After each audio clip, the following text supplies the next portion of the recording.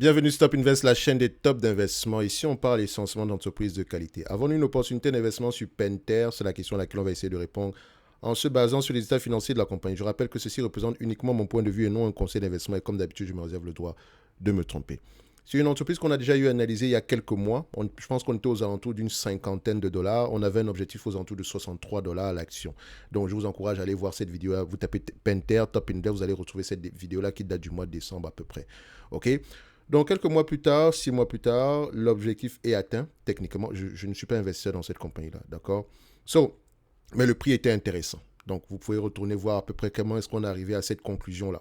Donc, aujourd'hui, on va essayer de faire à peu près le même exercice, histoire de voir si en date d'aujourd'hui, c'est assez intéressant. On voit également que c'est un business ici qui n'a pas tendance à avoir des bénéfices nets très, très stables. Attention, ça ne veut pas dire que c'est un mauvais business ou quoi que ce soit. Ça peut également être dû ici au marché finaux de la compagnie. Donc, déjà, en tant qu'investisseur, vous devez regarder à peu près pourquoi est-ce qu'entre 2018, d'accord, et 2020, on a des résultats moins élevés que ce qu'on a connu en 2017. Déjà, même la diminution des bénéfices nets a commencé en 2015. Et on peut voir ici une remontée, donc c'est-à-dire que c'est peut-être un business assez cyclique, mais qui arrive à générer des bénéfices nets stables et croissants tant bien que mal. Il faut également voir que c'est un business en moyenne, quand vous regardez ceci, même si le marché paye généralement 20 fois les bénéfices sur les dernières années, etc., mais c'est également un business qui a tendance à s'échanger aux alentours ici de 15 fois les bénéfices. Faites attention. Donc, ce qui veut dire que c'est quand même, parfois le PER d'une action peut vous donner à peu près, peut vous donner des indications ici, surtout au niveau du fait que l'entreprise soit cyclique ou pas. Ici, je vois que nous avons un business assez cyclique, d'accord, mais qui n'est pas un mauvais business non plus. Je rappelle que c'est une entreprise, je pense qu'elle est un dividende aristocrate, donc ce n'est pas déjà facile de verser un dividende stable et croissant sur une longue période de temps. Et encore que, je rappelle toujours que ce n'est pas le seul argument quand on essaie d'investir ici. Ce n'est qu'une redistribution du capital. Ça pouvait être un rachat d'actions ici, ça pouvait être le repaiement de la dette ici. Dans tous les cas de figure, le plus important, c'est que l'entreprise arrive au moins à maintenir ses bénéfices nets stables ou croissants dans le temps. Okay? Et qu'elle ait un business model assez intéressant également, quelque chose qui nous parle. D'accord?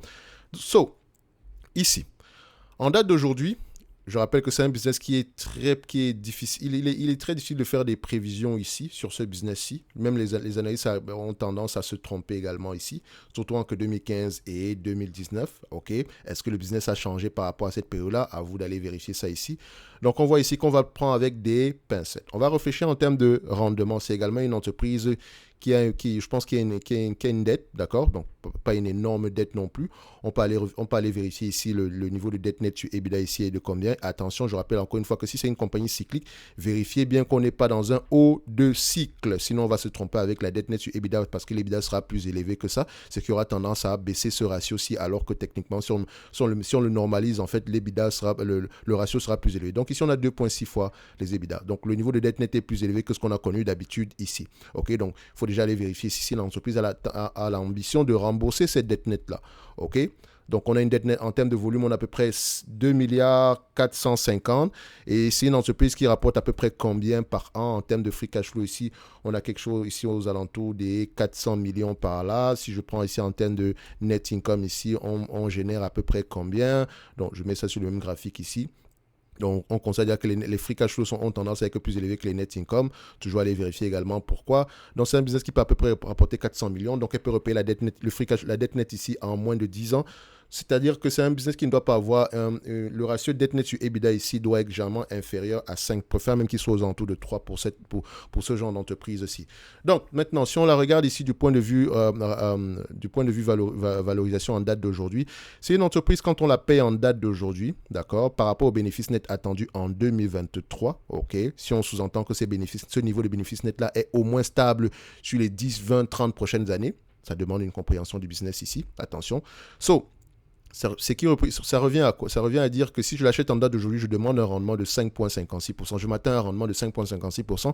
Si l'entreprise me reverse la totalité des bénéfices nets ici en dividende, est-ce que c'est intéressant pour vous? Pour moi, non. En date d'aujourd'hui, je dirais que cette compagnie-ci est correctement évaluée. Attention, évidemment, il y a une certaine croissance attendue ici parce qu'elle a fait une acquisition il y a quelques années ici. Donc, peut-être cette acquisition aussi va permettre à l'entreprise d'avoir des bénéfices nets plus élevés dans le futur. Si c'est le cas, je dis bien si c'est le cas, par rapport au prix actuel, on s'attendrait à un rendement sur coût de près de 6,96%. Pour moi, également, vu vu la nature de cette activité, si je ne sais pas quelque chose qui va énormément m'exciter non plus. Ok.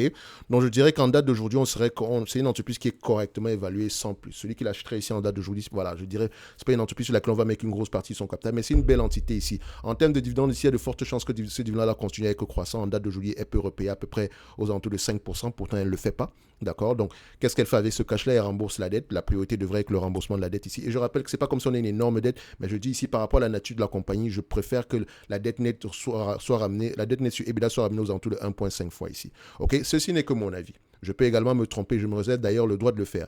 Je n'investis jamais dans une compagnie en me limitant uniquement aux chiffres. Non, je vais également aller lire les rapports financiers, histoire de comprendre la dynamique derrière, que ce soit au niveau de l'industrie, que ce soit au niveau de la compagnie ici. Ok, c'est très important, sinon vous êtes en train de spéculer. Donc, on va se donner rendez-vous sur la prochaine vidéo. Pour moi, Pentair est correctement évalué en date d'aujourd'hui. En lien dans la description de cette vidéo, si vous avez le service Top Premium ainsi que la Top Newsletter, un like, un abonnement, un commentaire, ça fait toujours plaisir. Et on se dit à bientôt. Merci.